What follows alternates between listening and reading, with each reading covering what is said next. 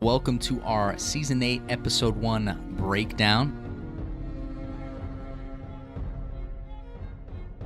Jon and Dany, riding on horseback, back to Winterfell.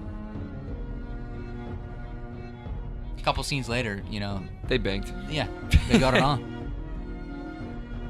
The biggest quotes of the episode, when Sansa says to Jon when they're alone, she says, "Did you bend the knee because you're saving the people of the North, or did you bend the knee because you're in love?"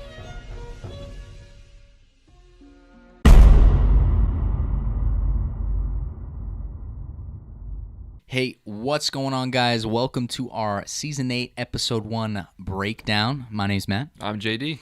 And we are going to be breaking down the season premiere of Game of Thrones. It is the season premiere of the final season, which gets us a little emotional. Definitely, man. It's a show I love, and I'm sad to see go. Same. It's the beginning of the end, but we still have, 5 more episodes 5 more left? episodes. So Yes, let's enjoy it, but we're going to start breaking down this one. First, we have Jon and Dany riding on horseback back to Winterfell. This one is a huge one because, these are two characters that were worlds apart that came together, fell in love, and they're related. But they don't know that yet. But they're related. Yeah. Incest, Game of Thrones style. But what many might not have noticed is how this compared to the pilot episode of Game of Thrones, because it almost mimicked the Robert Baratheon arrival to Winterfell exactly. Yes. In the camera shots and the music playing, it was the same march theme, just kind of in a different tone. It was switched up a little bit. But yeah, and we see the perspective of the little kid on the tree, right? Yes. And that compares exactly to Bran, who was, up in the tower. He wasn't supposed to be. Yes. Climbing proved to be very dangerous for Bran. He should have listened to his mom. Yes. But yeah, so it mimicked that perfectly. And what did Sansa say when Daenerys walked up to her? The North is hers? Yeah, the Winterfell is yours, Your Grace. Your Grace. I'm sorry, I'm not so proper. That's okay, because Ned Stark to Robert Baratheon just said Winterfell is yours. Yeah. He didn't say Your Grace, which Yeah. he probably should have. But yeah, he said Winterfell is yours. And so that's just another one, but it doesn't stop there. Robert and Ned went down to the crypts, right? Yes. And they were talking in front of Lyanna Stark's Yeah, statue. Lyanna Stark. And they were talking about an arranged marriage, right? Robert loved Lyanna. Yeah. And now, flash forward to Season 8, Episode 1, and Sam and Jon were talking in front of Lyanna Stark's statue. Right. And Ned Stark's, too. Important. There was like a little fan theory going around, and I know you already disputed this, but basically the whole thing was Ned Stark in Season 1 said to Jon Snow, "Next time I see you, we'll talk about your mother." Yep. And in that scene, he's looking at Ned Stark, and he's also with Lyanna, but he looks at Ned Stark, and that's when he knows the truth about his mother and his family. But what's wrong with that theory? Well, everyone jumped on it saying that was the next time. That was the first time Jon visited Ned in the crypts, which it wasn't. He actually visited him in Season 7, which is when Littlefinger came down and then Jon threatened Littlefinger. So, but it has the same poetic, justice. Yeah, exactly. I agree. It was still nice. It was a nice moment in what they did there. Yeah. Definitely some similarities. But all right, so yeah, definitely them coming to Winterfell was the big start to the episode. It was a cool scene. It's also the first time Northerners have really seen, colored people. Different people. Yeah. And that was pretty interesting, especially with Missandei and Grey Worm. Yeah. That was pretty good. We also saw Arya kind of show her growth, because in the first episode, the pilot episode, she was running around like a little kid with a helmet on, trying to be a knight and everything, and Ned was trying to get her in line and stuff like that. But in this, she was just standing there, and her facial reactions, like the acting itself of Maisie Williams was incredible, because you see her, see Jon, and she has a sense of happiness, right. And then she sees the Hound, and she has a sense of, like, I thought I killed you, and then she sees the dragon, and she's amazed. Yeah. And so is Sansa. So are we. So is everyone. Yeah. So we had 2 big reunions also in the season premiere. Who are they? Jon and Arya. Yep. And Jon and Bran. Jon and Bran's was pretty funny. Yeah. Because Jon walks up, he hasn't seen this kid since the pilot episode, right. Which in the Game of Thrones world is years apart. Oh, of course. And he walks up, and it's this big moment, and he's like, Bran, you're a man now. And he goes, almost. And that's it. And that's it. Just blank-faced it. And Jon's just like, what is wrong with our brother? He like looks at Sansa. He's like, what's going on? But yeah, the other big one was definitely Jon and Arya. They had, their moment. That was a sweet moment too, because Arya was always the one out of the family that always kind of appreciated Jon for who he was. She never looked at him different because he was a Snow, quote unquote. And it's just nice that they shared that love together, because especially Jon treated her as a boy too. Exactly, not like a lady. exactly. Jon treated her like Arya wanted to be treated. So they had their moment there. They both pulled out their swords and compared them. Yeah. My favorite line was Arya goes, "It's Valyrian steel," and Jon goes, "Yeah, are you jealous?" And she goes, "No, it's too big for me." So it was a good part of the episode. Yeah. We're moving on though to a part of the episode that's just a little cringeworthy. It's Cersei and Euron Greyjoy. And it's scary to the fact that I'm scared to what Cersei's going to do with that big army that Euron brought. What are they called? The Gold Swords? Golden Company. Golden Company, that's what they are. Yep. And I'm honestly scared to what she's going to do with that company. But the whole scene with Euron and Cersei itself, super cringe. Yeah, so Euron's basically like, hey, I've done all this for you. I've given you justice. I've given you an army.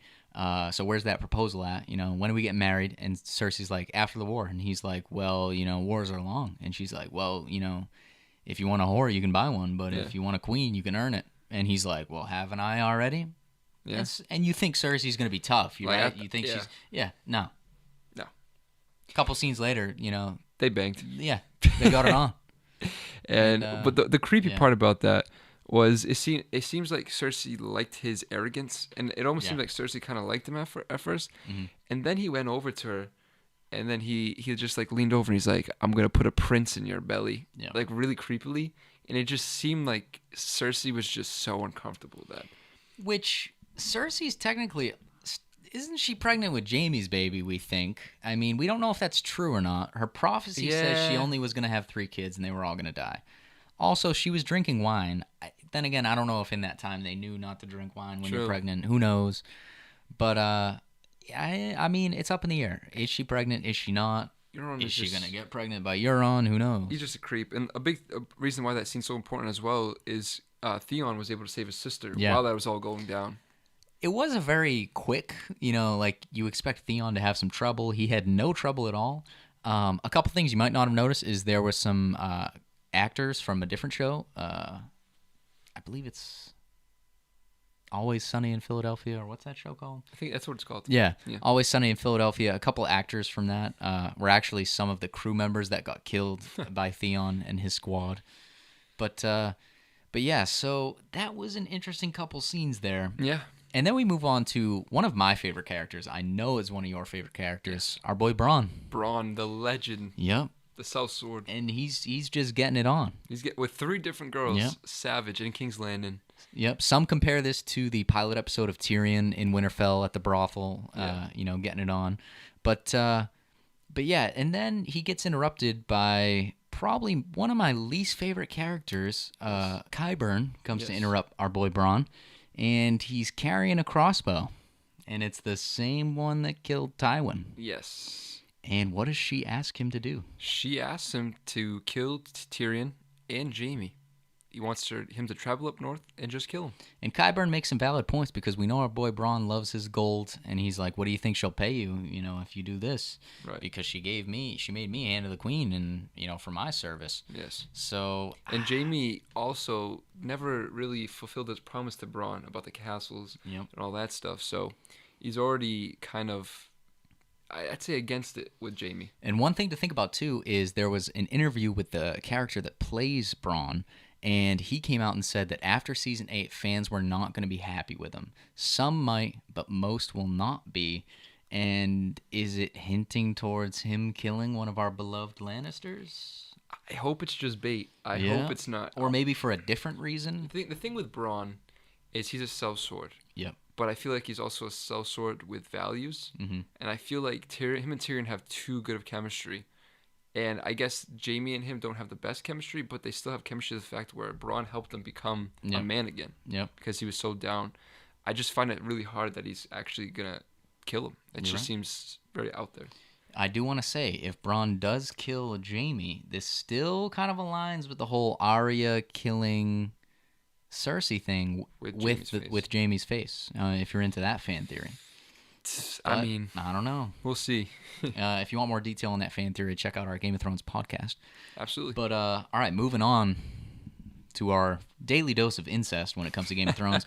We have Jon and Dany going on a little dragon ride. Yeah, that was cool because I don't know if Daenerys realizes, but we, the watcher, knows this, is that only Targaryens can ride dragons. Yep. So that just confirms that Jon is further a Targaryen. Which I'm not sure if they realize it or what, because I'm pretty sure in the show they know that only Targaryens have ridden dragons. So I just don't know if Dany is aware of that. Yeah, you're right. I don't know. But yeah, they go on a nice little dragon ride. Jon, when they get off, he's like, "You ruined horses for me."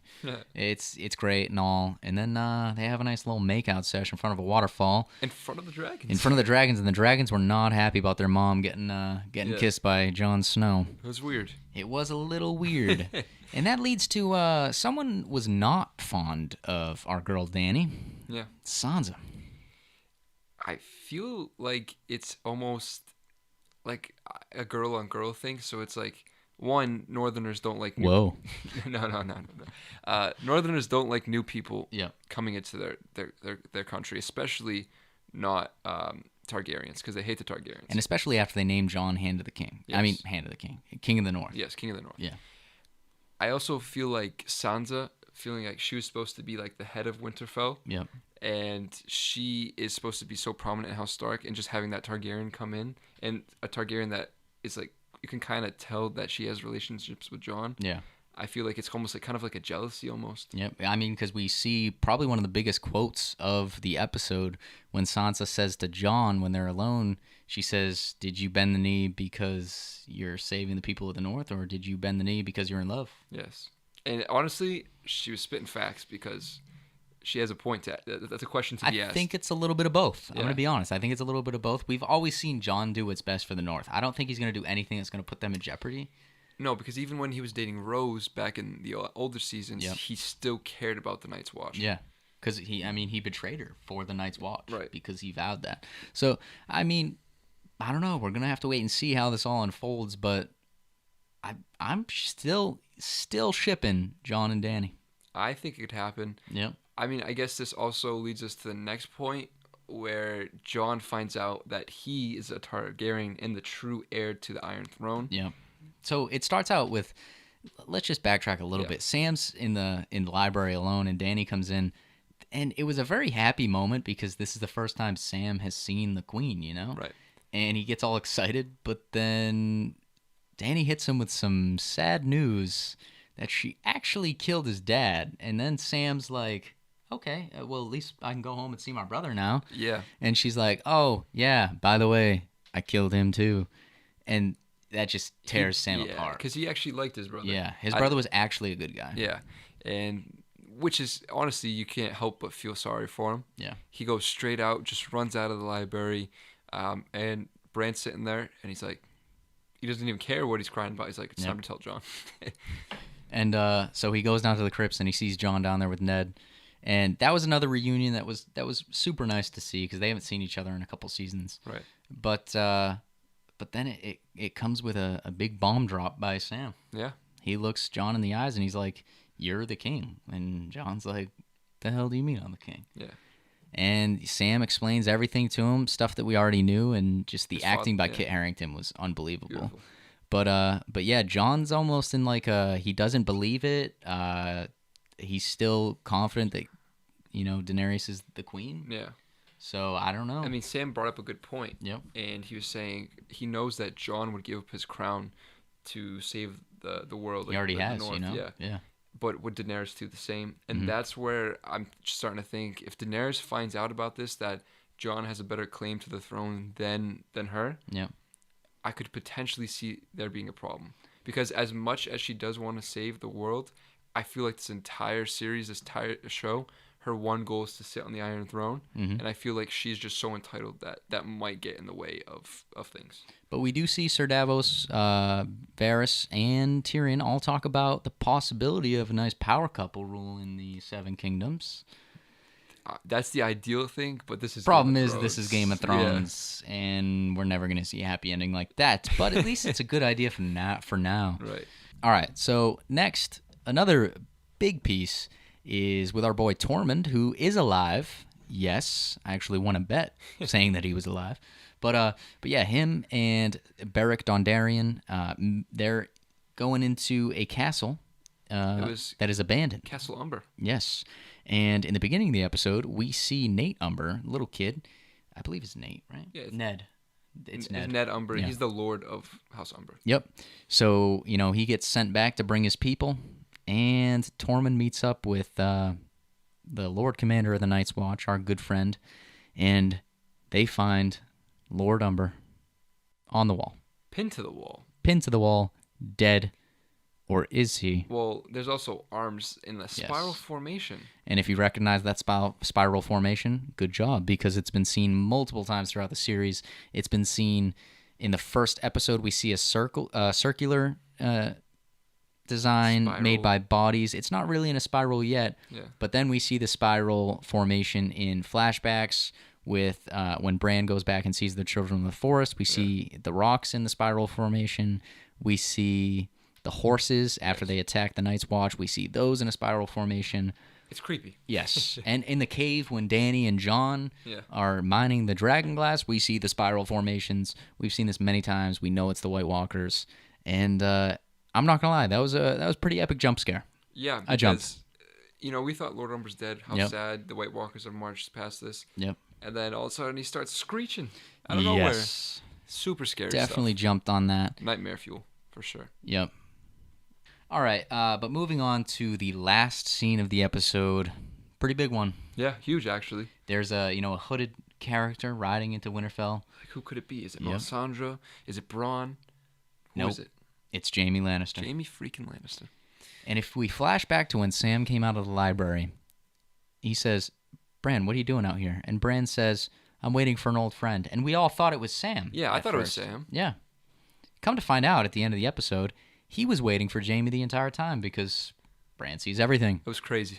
It was absolutely crazy, and the episode ends with them, one good stare down, and who knows what's going to happen next. I mean, in the little teaser that we did get for that episode, it looked like they were putting almost Jaime on trial. Yeah.